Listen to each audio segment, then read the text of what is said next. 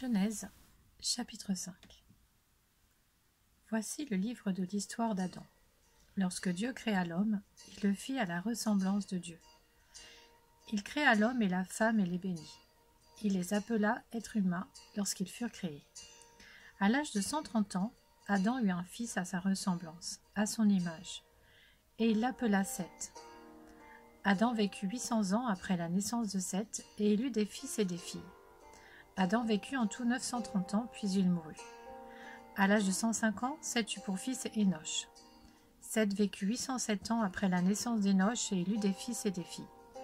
Seth vécut en tout 912 ans, puis il mourut.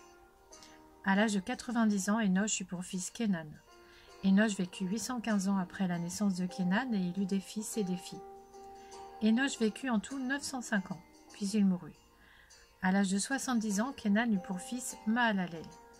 Kénan vécut 840 ans après la naissance de Mahalalel, et il eut des fils et des filles. Kénan vécut en tout 910 ans, puis il mourut. À l'âge de 65 ans, Mahalalel eut pour fils Jéred. Mahalalel vécut 830 ans après la naissance de Jéred, et il eut des fils et des filles. Mahalalel vécut en tout 895 ans, puis il mourut. À l'âge de 162 ans, Jéred eut pour fils Enoch. Jéred vécut 800 ans après la naissance d'Enoch, et il eut des fils et des filles. Jéred vécut en tout 962 ans, puis il mourut. À l'âge de 65 ans, Enoch eut pour fils Métouchéla. Enoch marcha avec Dieu 300 ans après la naissance de Métouchéla, et il eut des fils et des filles. Enoch vécut en tout 365 ans. Enoch marcha avec Dieu, puis il ne fut plus là parce que Dieu l'avait pris. À l'âge de 187 ans, Métouchéla eut pour fils Lémec. Métouchéla vécut 782 ans après la naissance de Lémec, et il eut des fils et des filles. Métouchéla vécut en tout 969 ans, puis il mourut. À l'âge de 182 ans, Lémec eut un fils.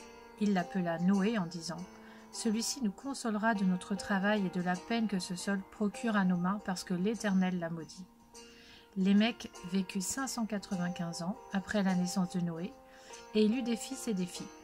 Lémec vécut en tout 777 ans, puis il mourut. Noé était âgé de 500 ans quand il eut Sem, Cam et Japheth. Genèse, chapitre 6.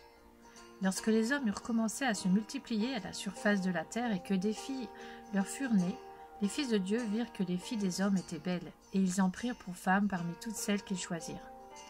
Alors l'Éternel dit : « Mon esprit ne contestera pas toujours avec l'homme, car l'homme n'est que chair, il vivra 120 ans. » Il y avait des géants sur la terre à cette époque-là. Ce fut aussi le cas après que les fils de Dieu se furent unis aux fils des hommes et qu'elles eurent donné des enfants. C'étaient des célèbres héros de l'Antiquité. L'Éternel vit que les hommes commettaient beaucoup de mal sur la terre et que toutes les pensées de leur cœur se portaient constamment et uniquement vers le mal. L'Éternel regretta d'avoir fait l'homme sur la terre et eut le cœur peiné. L'Éternel dit : « J'exterminerai de la surface de la terre l'homme que j'ai créé, depuis l'homme jusqu'au bétail, aux reptiles et aux oiseaux, car je regrette de les avoir faits. » Cependant, Noé trouva grâce aux yeux de l'Éternel. Voici l'histoire de Noé. C'était un homme juste et intègre dans sa génération, un homme qui marchait avec Dieu. Noé eut 3 fils, Sem, Cam et Japheth. La terre était corrompue devant Dieu, elle était pleine de violence. Dieu regarda la terre et constata qu'elle était corrompue, car tout le monde avait corrompu sa conduite sur la terre. Alors Dieu dit à Noé : « La fin de tous les hommes est décidée devant moi, car ils ont rempli la terre de violence. Je vais les détruire avec la terre. Fais-toi un bateau avec des arbres résineux. Tu disposeras cette arche en compartiments et tu l'enduiras de poids dedans et dehors. Voici comment tu la feras. L'arche aura 150 mètres de long, 25 de large et 15 de haut. Tu feras une ouverture à l'arche et tu la feras d'une 50aine de centimètres depuis le haut. Tu placeras une porte sur le côté de l'arche. Tu construiras un étage inférieur, un deuxième et un troisième étage. Pour ma part, je vais faire venir le déluge d'eau sur la terre pour détruire toute créature qui a souffle de vie sous le ciel. Tout ce qui est sur la terre mourra.